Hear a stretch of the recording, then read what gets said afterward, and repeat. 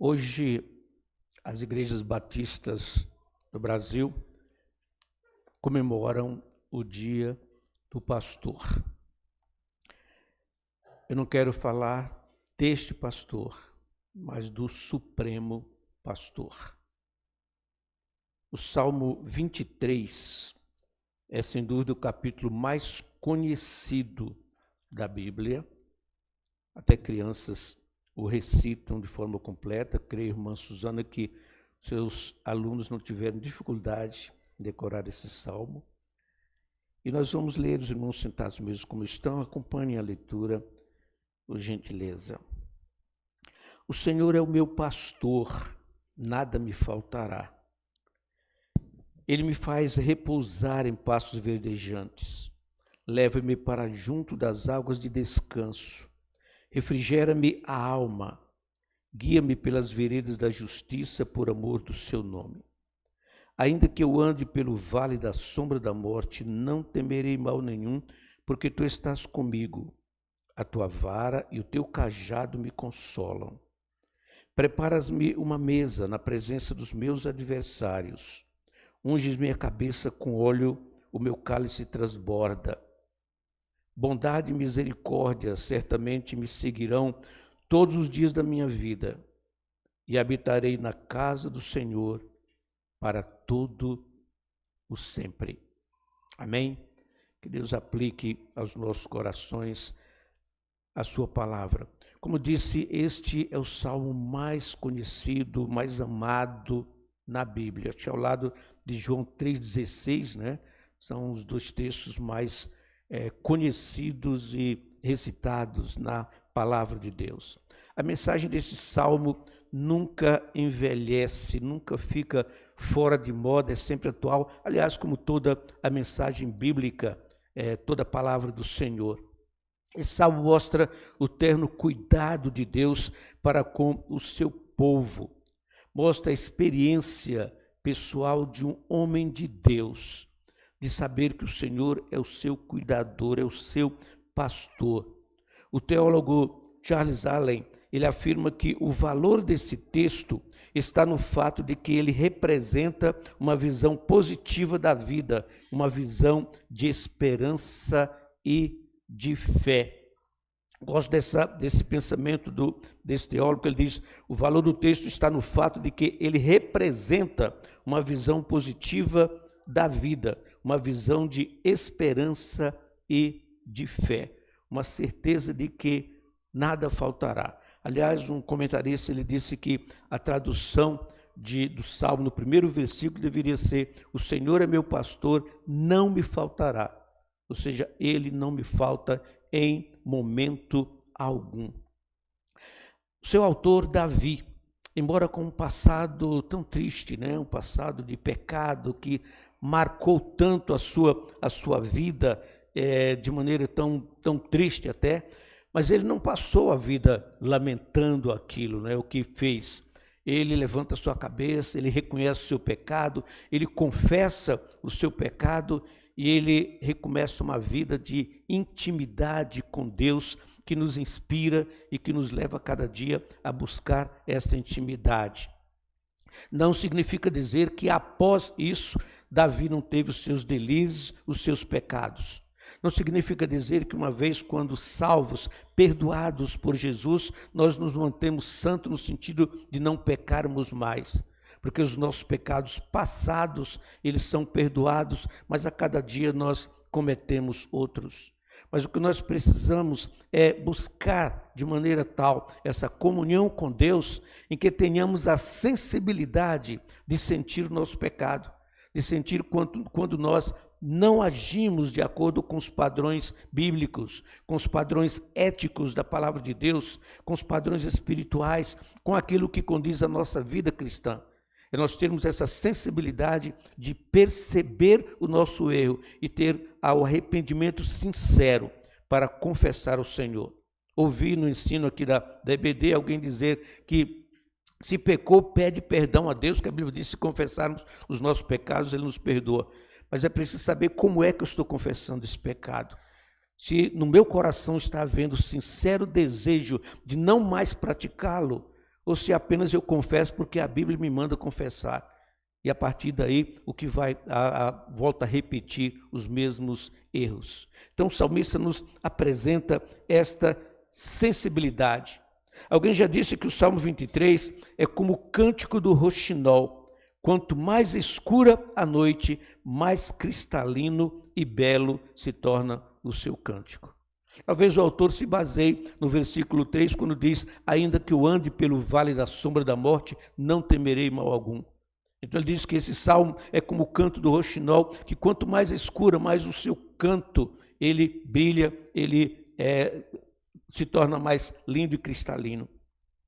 É um salmo para os dias de alegria e também para os dias de tristeza. É um salmo que é usado nos cultos de ação de graças e também é usado nos cultos fúnebres. É um salmo que, ao mesmo tempo que nos traduz alegria, gozo, nos traduz também o sentimento de algo que marca a nossa vida. O Senhor é o meu pastor em todo e qualquer tempo, em toda e qualquer circunstância. Onde eu estiver, por onde eu andar, o que ocorrer, o Senhor é e será sempre o meu pastor. Vamos analisar esse texto, destacando alguns versículos. Por exemplo, o primeiro diz: o Senhor é o meu pastor, nada me faltará. Pastor é aquele que cuida do rebanho, que cuida das ovelhas. Então Deus cuida de nós como um rebanho, como ovelhas queridas do seu pastoreio. E ovelha é um animal doméstico, por incrível que pareça, é um animal que se dá bem em casa. É um animal que, quando está no convívio, parece ser da família. Eu tive essa experiência de cuidar de ovelhas com meu pai, quando ainda criança e pré-adolescente, e por sentir essa docilidade da ovelha.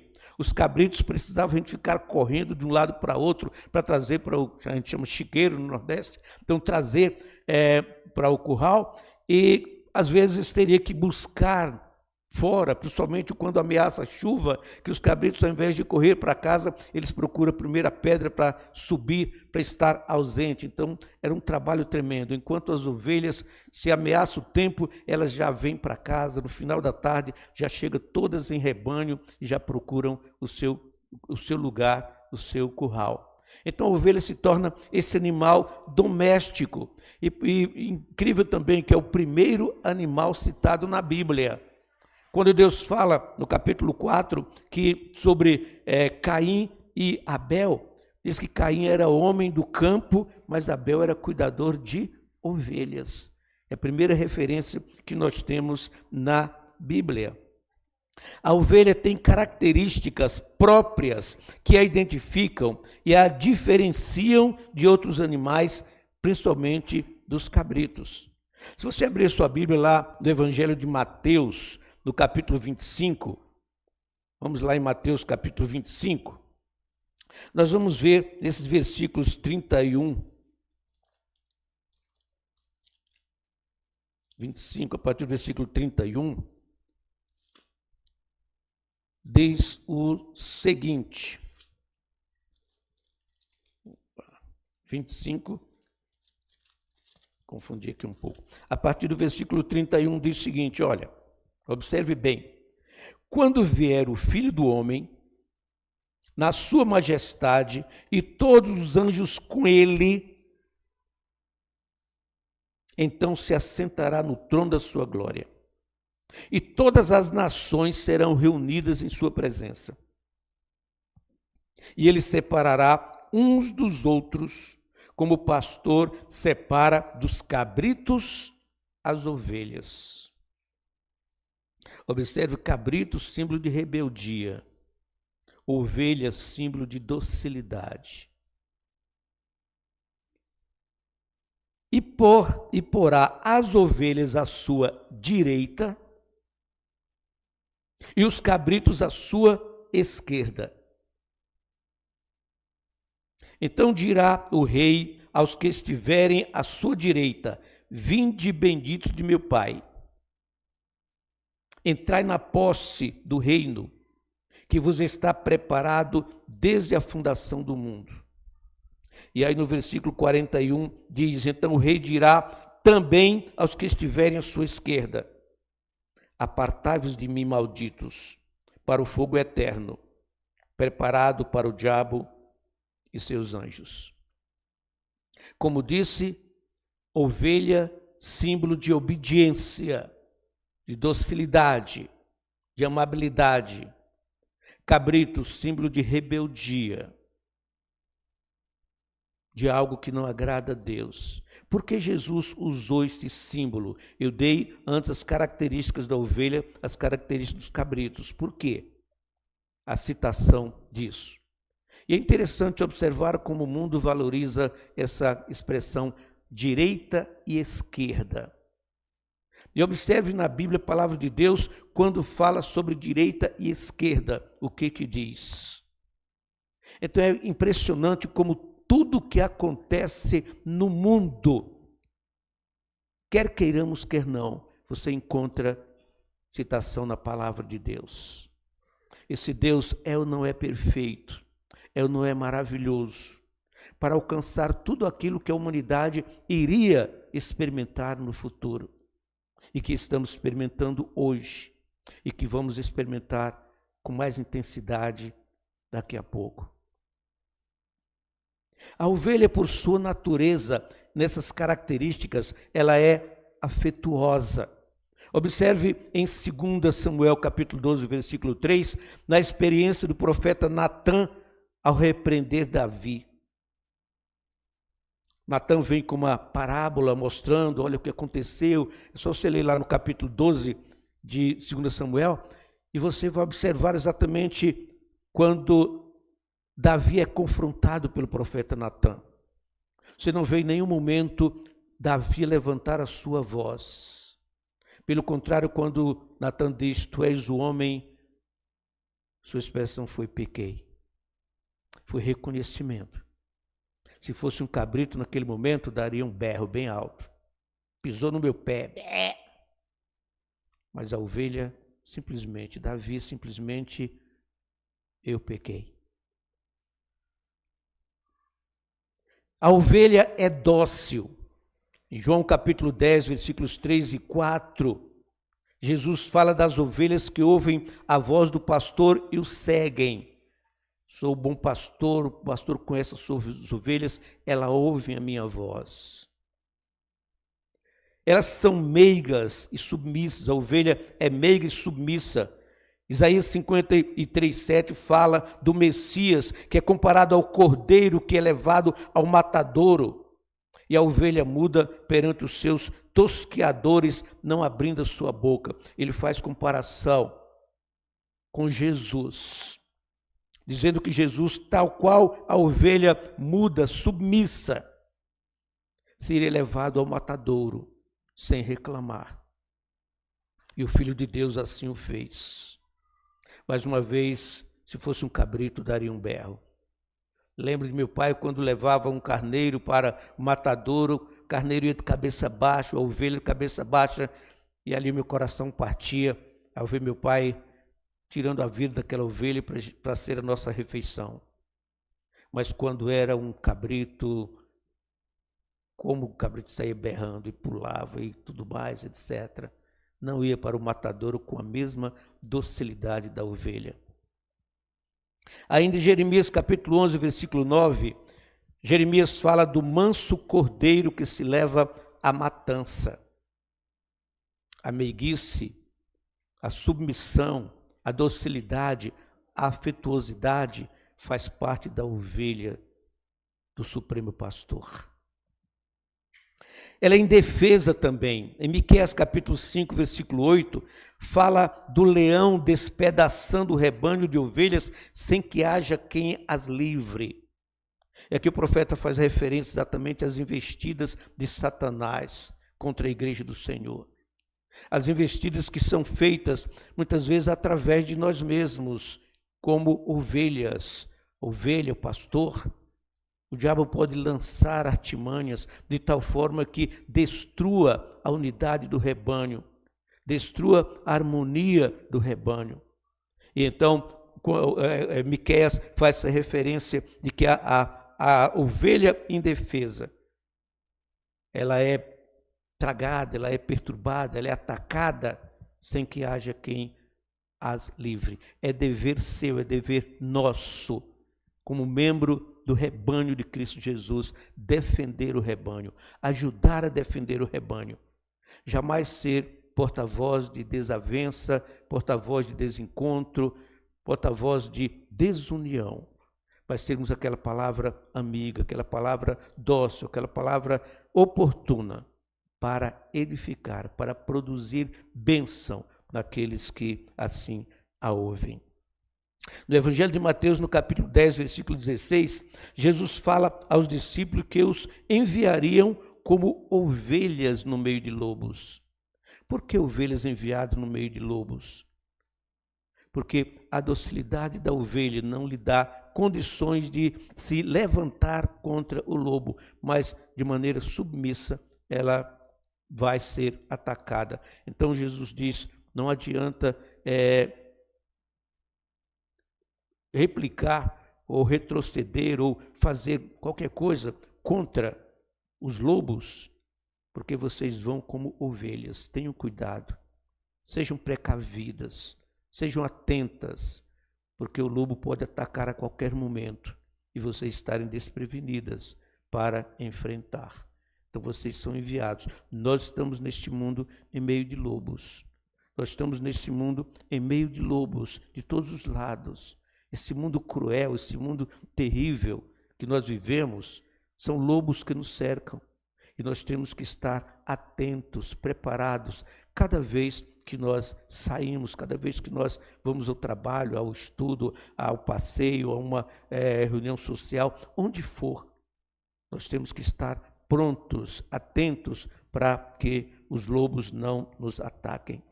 Finalmente, a ovelha, ela é dependente.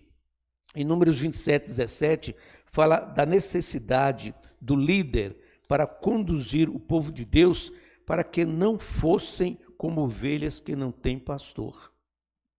Em Ezequiel, capítulo 34, versículo 5, ele fala da dispersão das ovelhas por falta de pastor. Em Mateus 9,36, Jesus se compadeceu das multidões porque andavam desgarradas e errantes como ovelhas que não têm pastor. A ideia básica desse salmo é, portanto, que nós somos ovelhas dependentes do Supremo Pastor.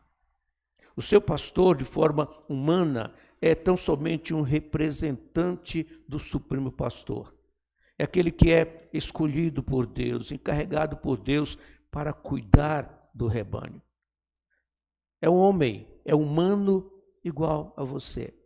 Tem suas falhas, não resta dúvida, mas é aquele que foi escolhido por Deus para apacentá-los.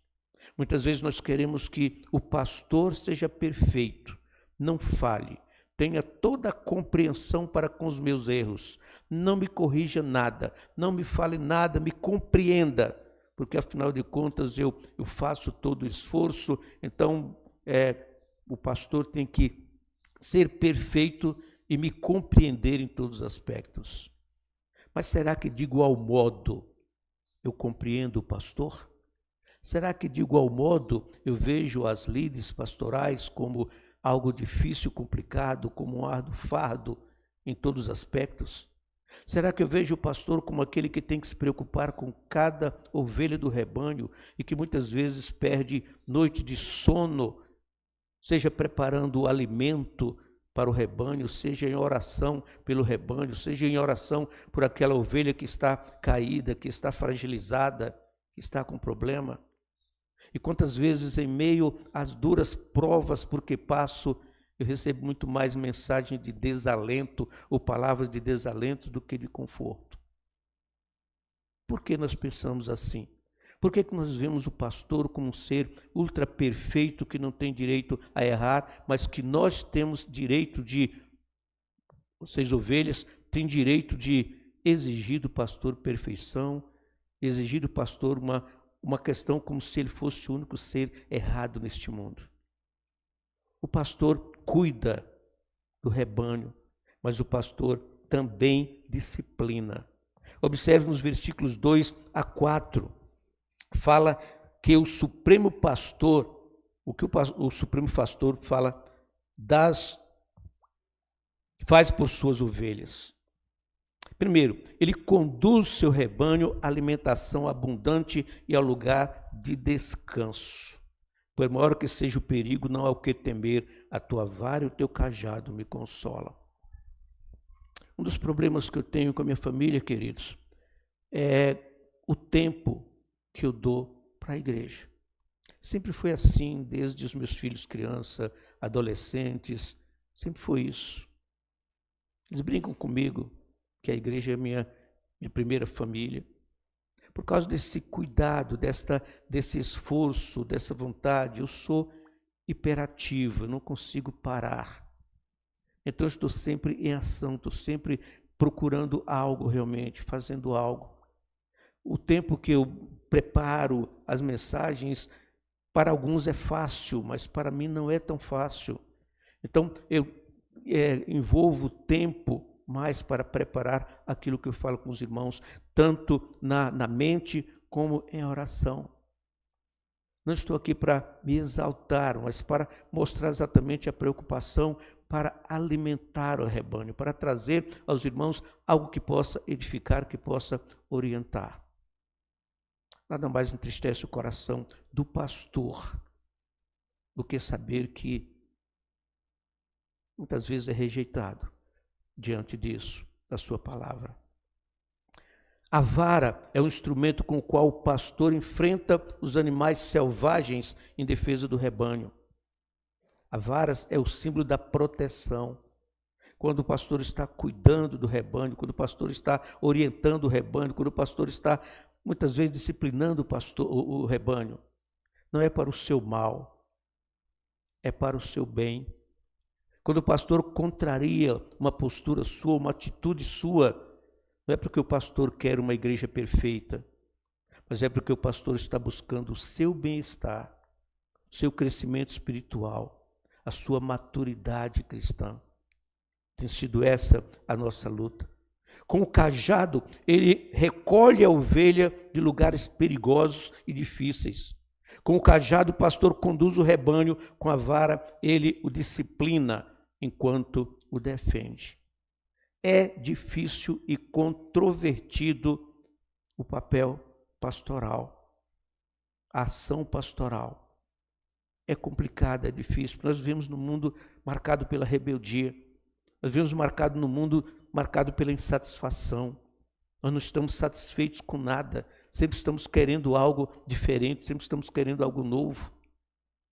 Mas tudo isso precisa ser em submissão completa à vontade de Deus.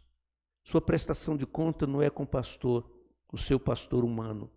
Sua prestação de conta é com o pastor divino. E haverá, sem dúvida, o dia da nossa prestação de conta. O escritor aos Hebreus diz que eu tenho que velar, eu vou prestar contas como pastor, vou prestar contas diante de Deus pelas almas que Ele convocou, que Ele colocou à minha disposição. E fala para a igreja para zelar pelo pastor, como quem tem que cuidar. Não estou lembrado da referência em Hebreus agora, mas que tem que cuidar do rebanho, como que velando pelo rebanho. E diz a palavra de Deus que o pastor vai prestar contas. Por isso a nossa dedicação. Tenho visto tantas igrejas que não tem sentido de comunhão com Deus, não tem sentido de dependência de Deus, não tem sentido de uma vida íntima com Deus. Louvamos a Deus, louvo a Deus pelos irmãos, louvo a Deus a cada dia pela primeira igreja batista em São Sebastião, como Deus nos tem abençoado, como Deus nos tem dado visão, como Deus nos tem dado amor, como as pessoas que adentram a esse local saem agradecendo, felizes pela receptividade, pelo amor que os irmãos refletem, que os irmãos mostram, pela recepção na igreja. Como isto é agradável diante do Senhor, como isto é bem-aventurado diante do Senhor. Que nós possamos a cada dia refletir nisso e buscar sermos verdadeiras ovelhas do rebanho do Supremo Pastor. Versículo 5, o salmista fala dos inimigos que perseguem o rebanho. Joet, teólogo, ele destaca 3 principais inimigos que atacam o rebanho do Senhor: o pecado de ontem, a tentação de hoje e a ansiedade de amanhã. Como o diabo trabalha focalizando o pecado de ontem? Acusando a nossa mente. O diabo é acusador, é o significado do nome dele. Então ele acusa o que nós fizemos.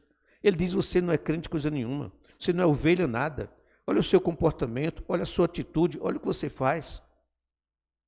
Então o diabo fica trazendo em nossa mente aquilo que nos agride, aquilo que nos causa nem sempre arrependimento, mas remorso daquilo que fazemos. Da maneira como o diabo trabalha a nossa mente. Quando você lançou uma mentira, disse aquilo que não é verdade, o diabo diz: é isso mesmo. Aí depois você diz: aquilo era mentira, aquilo não era a verdade o que eu falei, não era aquilo que eu ia dizer. O diabo fica atacando a sua consequência, a sua consciência. Então o teólogo aqui ele diz que esse é o inimigo que nós temos que enfrentar para poder confessarmos com sinceridade o nosso pecado e não mais voltar à prática. A tentação de hoje, somos tentados em todos os aspectos. Nós somos tentados. Somos tentados na área física, na área emocional, na área espiritual, na área carnal. Somos tentados de todo jeito. Somos tentados a manter a mágoa do irmão, a conservar no coração a mágoa contra o irmão. Somos tentados a perseguir alguém, somos tentados a mentir contra alguém. Enfim, uma série de fatores que nós somos tentados a cada dia. E outro pecado que nos ataca é a ansiedade do amanhã, é viver preocupado com o amanhã sem entregar o nosso amanhã ao Senhor. O salmista diz: eu confio em Ti, Senhor, os meus dias estão nas Tuas mãos. A expressão de confiança, de certeza de que Deus está no controle. Jesus orientou: não andem ansiosos. Paulo orientou: não andem ansiosos. Então nós precisamos nos livrar destes 3 pecados que, segundo J.H. Jowett, o diabo ataca o rebanho do Senhor. Desse raciocínio, o comentarista conclui que não devemos temer. O Senhor está conosco, nós somos seus hóspedes. Os inimigos batem a porta, mas não podem chegar até nós. Nós somos alimentados na sua presença sem temor, mesmo que os inimigos ameacem aproximar-se. Nós estamos na presença do Senhor. Mesmo que o diabo esteja nos tentando a cada momento, quando estamos na presença do Senhor, nós somos protegidos. O óleo era usado nas feridas que as ovelhas recebiam dos espinhos e pedregulhos, para lhes dar alívio e consolo. Lá no Oriente, o óleo era muito usado como medicamento, mas também era o costume usar para expressar alegria. Quando vinha um visitante, era comum ungir a cabeça com óleo, ungir os pés. O evangelista Lucas narra a visita de Jesus à casa de Simão, lá no capítulo 7 de Lucas. E ele não foi recebido com tais honras, mas apareceu uma mulher pecadora e ungiu os pés de Jesus, enxugando os seus cabelos, com seus cabelos os pés de Jesus. É assim que o nosso Supremo Pastor nos recebe em seu lar, como hóspedes bem-vindos e queridos. O cálice que transborda representa a completação da alegria pela satisfação das nossas necessidades. O óleo me unge. O cálice diz: a minha completação é perfeita, ela se completa no meu Deus. A sua alegria é completa no Senhor. No Salmo 37, versículo 4, o salmista diz que Deus atende não somente as necessidades, mas até os desejos íntimos do nosso coração. Deus sabe o que nós sentimos. Deus conhece o nosso coração, mesmo antes que abramos a boca. Se Ele sabe por que então que eu preciso orar? Porque Deus quer que você se conscientize da sua necessidade. Porque Ele sabe o que você sente. Mas Ele quer que eu e você tenha consciência do que sentimos. Finalmente, o versículo 6 fala da bondade e da misericórdia do Supremo Pastor. Bondade e misericórdia divinas, não humanas. A bondade e a misericórdia suprema, ou melhor, a bondade e a misericórdia suprem as necessidades de quem se submete ao pastoreio do Supremo Pastor. Se você não é uma ovelha submissa, se você não é uma ovelha que se submete ao pastoreio, você não desfruta das bênçãos do Supremo Pastor. Por mais que você queira. Mas você precisa ter as características de uma ovelha para você ser ovelha do Supremo Pastor. A misericórdia de Deus é sua disposição em nos perdoar os pecados, enquanto a bondade refere-se à disposição de nos dar todas as coisas boas de que necessitamos para a sobrevivência, dádivas espirituais e materiais. O teólogo F.B. Meyer, ele sugere que o verbo seguir é aqui usado no sentido de que mesmo quando nos afastamos de Deus, a sua bondade e misericórdia nos é enviada para trazer-nos de volta ao caminho. Ele diz, a bondade e a misericórdia me seguirá. Como é isso? Mesmo quando eu estou me afastando de Deus, o cuidado e o amor de Deus está tentando nos buscar. Nem sempre nós nos deixamos ser encontrados. Muitas vezes a ovelha caía numa vala tão profunda, tão distante, que não tinha como o pastor tirar. Muitas vezes nós nos afastamos tanto de Deus, que Deus está querendo nos trazer de volta e nós não atendemos, não pode acontecer isso. E ele termina de dizer, e habitarei na casa do Senhor para sempre, ou tradução, por longos dias. Não significa simplesmente frequentar a igreja. Estar na casa do Senhor, no templo, nós falamos. Mas significa pertencer de verdade à família de Deus, ao rebanho do Senhor. Estar integrado como corpo, como membro saudável, integrado no corpo de Cristo Jesus, o nosso Senhor. Jesus é o nosso supremo pastor. Se o pastor humano falha por ser humano e não pode conduzir o rebanho a contento, o supremo pastor reúne todas as características necessárias ao suprimento das necessidades do rebanho. O Senhor é o meu pastor, nada me faltará. Não me faltará lugar de descanso. Não me faltará alimentação abundante. Não me faltará água para saciar a sede. Passe adiante, por favor.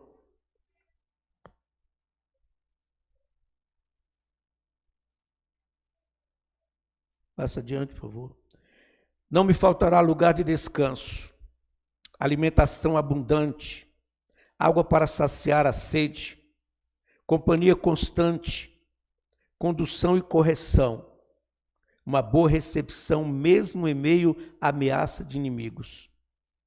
Uma viva esperança de que a vida não termina aqui, mas continuará para sempre na casa eterna do Senhor. Que o Senhor, o Supremo Pastor, nos abençoe. Amém?